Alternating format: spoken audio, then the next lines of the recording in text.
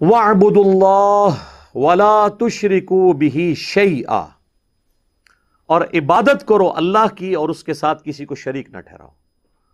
پہلی چیز ہی توحید ہے۔ اچھا، یہاں پہ یہ نہیں آیا کہ اللہ کو مانو، اللہ کو ماننا کافی نہیں ہے، اللہ کی ماننا بھی ضروری ہے۔ اللہ کو تو پوری پاکستانی قوم مان رہی ہے، اللہ کی کتنے لوگ مان رہے ہیں؟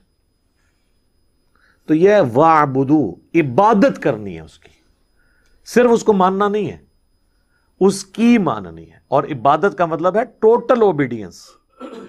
یہ نہیں ہے کہ رمضان کا خدا اور ہے اور غیر رمضان کا خدا اور۔ رمضان میں تو یہ قوم مسلمان ہوئی ہوتی ہے، اور بعض تو اتنے پکے مسلمان ہوتے ہیں جو پورا سال نمازیں پڑھ رہے ہوتے ہیں، وہ سمجھتے ہیں یار یہ تو ہمیں بھی پیچھے چھوڑ گئے، لیکن عید کے فوراً بعد ریورس ہو جاتا ہے کام۔ ٹوٹل اوبیڈینس اللہ کی، وہ ہے عبادت۔ وَلَقَدْ بَعَثْنَا فِي كُلِّ أُمَّةٍ رَسُولًا أَنِ اعْبُدُوا اللَّهَ وَاجْتَنِبُوا الطَّاغُوتَ، ہم نے ہر قوم میں کوئی نہ کوئی رسول بھیجا ایک ہی بنیادی دعوت کے ساتھ کہ عبادت اللہ کی کرنی ہے اور طاغوت کی نفی کرنی، یعنی اللہ کے مقابلے پہ جو بھی کھڑا ہے، چاہے وہ انسانوں میں شیاطین ہوں یا جنات میں شیاطین، یا ان کے اعلی کار یا ان کی تعلیمات، اس کے خلاف تم نے کھڑا ہونا ہے۔ اللہ کی ماننا یہ ہے کہ اللہ نے اپنے پیغمبروں کے ذریعے جو آسمانوں سے دین نازل کیا ہے اس کو فالو کرنا ہے۔ دین اس زمین کی چیز نہیں ہے، دین آسمانوں سے نازل ہوا ہے۔ ہاں، زمین میں سمجھا جاتا ہے لیکن اس کے اندر کوئی تبدیلی نہیں کر سکتا۔ تو بنیادی دعوت عبادت کرنی ہے اللہ کی اور اس کے ساتھ کسی کو شریک نہیں ٹھہرانا۔ اب عبادت کے اندر جو دو بنیادی چیزیں جو ہم ہر نماز میں اقرار کرتے ہیں، ایاک نعبد و ایاک نستعین، اے اللہ عبادت بھی تیری کریں گے اور عبادت کی اعلیٰ ترین شکل و ایاک نستعین، دعا مدد، وہ بھی تجھی سے مانگیں گے اور کسی سے دعا نہیں کریں گے۔ اب عبادت کی کیٹیگری میں جتنی بھی چیزیں فال کریں گی، نماز، روزہ، حج، زکوٰۃ، نذر، نیاز، جو بھی عبادت کی کیٹیگری میں چیزیں فال کرتی ہیں وہ سب کی سب خالصتاً اللہ کے لیے ہوں گی۔ یہ ہے ایاک نعبد، اور ایاک نستعین بھی اسی میں شامل ہے۔ جامع ترمذی میں حدیث ہے الدعاء هو العبادہ، دعا ہی تو عبادت ہے۔ اور پھر نبی علیہ السلام نے اس کے ساتھ سورۃ المؤمن، جسے سورہ غافر کہتے ہیں، اس کی آیت نمبر 60 تلاوت کی، وقال ربکم ادعونی استجب لکم، اے میرے بندو، اور تمہارے رب نے فرمایا کہ اے میرے بندو مجھ سے مانگو میں تمہاری دعا قبول کروں گا، بے شک جو میری عبادت سے تکبر کرتے ہیں۔ بات دعا کی ہوئی اور ذکر آیا عبادت سے تکبر کرتے ہیں، یعنی جو دعا مانگنے سے کتراتے ہیں، میں انہیں ذلیل و خوار کر کے جہنم میں داخل کروں گا۔ اللہم اجرنا من النار، آمین۔ تو نبی علیہ السلام نے اپنی بات کی دلیل میں آیت پڑھی قرآن کی کہ دعا ہی تو عبادت ہے۔ اب اللہ کو پتا تھا سب سے زیادہ شرک ہونا ہی دعا میں ہے۔ دیکھ لیں، جو اللہ کی نماز بھی پڑھ رہے ہیں نا، نماز کے بعد وہ بھی کہہ رہے ہیں المدد یا غوث اعظم، ان کو یہ نہیں پتا کہ یہ شیخ عبد القادر جیلانی کی عبادت ہو رہی ہے۔ وہ کہیں گے نہیں جی میں عبادت تو اللہ کی کرتا ہوں۔ تو ان کو بتانا ہے کہ ایاک نعبد کے ساتھ ایاک نستعین کو اللہ نے اسی لیے الگ کر کے بیان کیا تھا کہ یہ چھپ جانا تھا بیچ میں ہی۔ جب اپنے لوگوں کو کہنا تھا نا عبادت میں مدد مانگنا بھی شامل ہے، انہوں نے کہنا سی ایدے کو نہیں لے گیا۔ تو جس چیز میں شرک ہونا تھا اللہ نے اس کو الگ سے بیچ میں ذکر کر دیا، وَإِيَّاكَ نَسْتَعِينُ، عبادت بھی تیری کرتے ہیں اور عبادت کی اعلیٰ ترین شکل دعا بھی تجھی سے مانگتے ہیں۔ کہتے نہیں وہ ٹھیک ہے، یہ تو ہے تجھی سے مانگتے ہیں، یہ تو نہیں ہے کہ کسی اور سے نہیں مانگتے۔ ہاں ہم کہتے ہیں سر یہ بھی ہے قرآن میں۔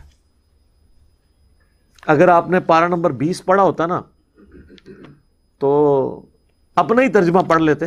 پارہ نمبر 20 کے پہلے صفحے پہ یہ لکھا ہوا ہے، آیت نمبر 62 سورۃ النمل کی، اَمَّن يُجِيبُ الْمُضْطَرَّ إِذَا دَعَاهُ، بھلا بتاؤ تو کون ہے جو مصیبت میں گھرے ہوئے شخص کی دعا کو قبول کرتا ہے، وَيَكْشِفُ السُّوءَ، اور اس سے اس کی تکلیف کو دور کر دیتا ہے، وَيَجْعَلُكُمْ خُلَفَاءَ الْأَرْضِ، اور مرنے کے بعد تمہیں خلیفہ کرتا ہے زمین پہ. تمہارے ماں باپ مرتے ہیں تو تم مرو گے, تمہاری اولاد, وہ خود اکیلا تو زندہ ہے, تم نسل در نسل زمین پہ جو آباد ہو, یہ میں نے تمہیں آباد کیا ہے. اِلٰہٌ مع اللہ, کیا اللہ کے ساتھ کوئی اور بھی الہ ہے؟ قلیلا ما تذکرون, لیکن بہت کم لوگ ہی ہیں جو نصیحت حاصل کرتے ہیں. یہاں اللہ نے کہا مصیبت اور پریشانی میں گھرے ہوئے شخص کی دعا کو کون قبول کرتا ہے؟ تو اللہ نے واضح بتا دیا کہ جو کوئی یہ عقیدہ رکھتا ہے نا کہ کوئی اور دعا قبول کر سکتا ہے, وہ ہے اِلٰہٌ مع اللہ, کیا اللہ کے ساتھ اور بھی کوئی الہ ہے جو تم نے ٹھہرایا ہوا ہے؟ تو یہ جھگڑا نہیں ہے کہ مولا علی رضی اللہ تعالیٰ عنہ وعلیہ السلام وہ مشکل کشا کسی کے ہو سکتے ہیں یا نہیں, یہ بعد کی بات ہے. پہلی بات یہ کہ وہ ہوں بھی تب بھی انہیں پکار نہیں سکتے. بارش کون برساتا ہے؟ اللہ. ڈیوٹی کس کی ہے؟ فرشتوں کی. تو بارش فرشتوں سے مانگیں یا اللہ سے؟ اللہ سے. تو بس جن کی ڈیوٹیاں بھی لگی ہیں نا, ان سے مانگنا بھی شرک ہے. تو جس کی لگی نہیں ہوئی, اگر یہ کہتے ہیں لگی ہوئی ہے, ہم کہتے ہیں ٹھیک ہے, to cut the story short for the sake of argument, مان لیتے ہیں وقتی طور پہ کہ لگی ڈیوٹی, لیکن پکاریں گے تو پھر بھی اللہ کو. اینڈ رزلٹ تو یہی ہے, اللہ کی مرضی فرشتوں کے ذریعے مدد کرے, جس طرح حضرت عیسیٰ علیہ السلام کی وَأَيَّدْنَاهُ بِرُوحِ الْقُدُسِ, ہم نے عیسیٰ کی مدد کی تھی روح قدس کے ذریعے. حضرت حسان کی مدد کی, بخاری مسلم میں حدیث ہے, اللہ روح قدس کے ذریعے حسان کی مدد کر. اس کے اشعار کافروں پر تیروں سے زیادہ سخت ہیں. وہ نبی علیہ السلام کی طرف سے جواب دیتے تھے کافروں کو اپنی شاعری کے ذریعے. ویسے یہ حقیقت بات ہے, یہ جو نبی علیہ السلام فرما رہے ہیں, بخاری مسلم کی حدیث ہے کہ حسان کی شاعری تیروں سے زیادہ لگتی ہے. ویسے ہی بات سمجھ نہیں آتی, تیر سے تو زخم ہوتا ہے, شاعری کیوں زیادہ ہے؟ تو آپ کر کے دیکھ لیں, یہ پڑھ کے دیکھیں نا شعر, مرنے سے پہلے اے مسلماں کر لے اس پہ غور, کتابوں کا خدا اور ہے بابوں کا خدا اور. یہ جناب آپ کسی کو تھپڑ ماریں اس سے زیادہ تکلیف اس شعر کی ہے. نام ہے بابی, نام ہے بابی, میں ہوں مسلم, علمی کتابیں. اس شاعری میں اللہ نے ایسا رنگ رکھا ہے, جو شاعری کتاب و سنت کے خلاف ہے اسے تو قرآن میں کنڈیم کیا گیا, لیکن جو قرآن و سنت کے مطابق ہے وہ اللہ کی نعمتوں میں سے ایک نعمت ہے. تو واقعی اشعار بہت کام. نبی علیہ السلام تو بعض کا فی البدی بھی انا النبی لا کذب, اس میں کوئی شک نہیں کہ میں اللہ کا نبی ہوں اور میں عبد المطلب کا بیٹا ہوں. شاعری کے اوپر بھی میری ویڈیوز ریکارڈ ہیں, کس شاعری کو اللہ نے ناپسند کیا ہے اور کون سی اجازت ہے. بہرحال پہلی بنیادی دعوت ہے 10 کمانڈمنٹس میں توحید, قرآن میں بھی ہے,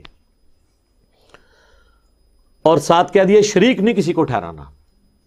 یہ شرک جو ہے وہ معاشرہ بھی ہو سکتا ہے, ماں باپ بھی ہو سکتے ہیں, اپنا نفس بھی ہو سکتا ہے جو اللہ کے مقابلے پہ آپ کھڑا کر لیں.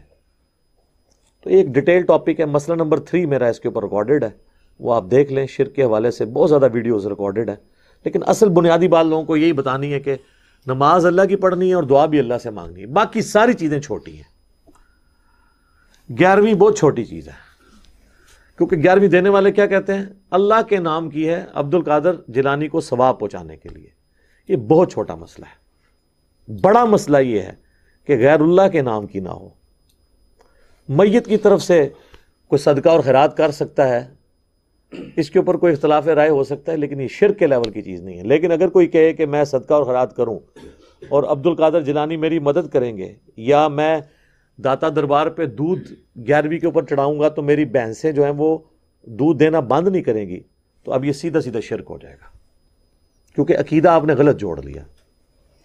یہ آسٹریلین گائے جو ہے وہ کس مزار پہ جاتی ہے؟ کوئی اجمیری کو بغدادی کو لاہوری گائے بھی ہے جڑی دودھ دیندی ہو جو آسٹریلین گاہ دیندی ہے, تو آسٹریلیا سب تو بڑا بزرگ ہو گیا پھر سے. یہ دنیا بقدر ایفرٹ ہے, جس نے کوئی ایفرٹ پٹ کی ہے وہ دنیا میں لیس للانسان الا ما سعی, جو کوشش کرے گا. یہ اللہ کی گائے ہیں, اللہ کی بھینسیں ہیں, اور اللہ نے انسان کو عقل دی ہے, ان کی صحیح طریقے سے خوراک اور پرورش کی جائے اور باقی جو سائنٹیفک فیکٹس اللہ تعالیٰ نے انسانوں کو بتائے ہیں اس کے ذریعے انسان نے ترقی کر لی ہے. اس میں تو بزرگوں کو تو کوئی لینا دینا ہی نہیں ہے. آپ یقین کریں، آپ ذرا یوٹیوب کے اوپر ویڈیوز دیکھیں فارم ہاؤسز کی، نیوزی لینڈ کے، آسٹریلیا کے، اتنی خوبصورت بکریاں ہیں وہ، ایک طرح کے سائز کی، اور وہ ایسی ٹرینڈ بکریاں ہیں، وہ جا کے مشینوں پہ خود کھڑی ہوتی ہیں، ان کا دودھ دویا جاتا ہے، دوسری طرف سے باہر نکلتی ہیں. ہماری کوئی مزار والی بکری تو اس طرح کا دودھ دے ہی نہیں سکتی اتنا زیادہ، نہ وہ اتنی خوبصورت ہوتی ہے. اور انہوں نے تو لاکھوں کی تعداد میں فارم ہاؤسز میں رکھی ہوئی ہیں. تو وہ کدھر سے آ گئی ہیں؟ ٹھیک ہے نا. وہ اللہ تعالیٰ کی بکری ہیں، پیدا اللہ نے کی ہیں. باقی انہوں نے جو سائنٹیفکلی انہوں نے اپنی ان پٹ دی ہے، اللہ تعالیٰ نے اس میں برکت ڈال دی.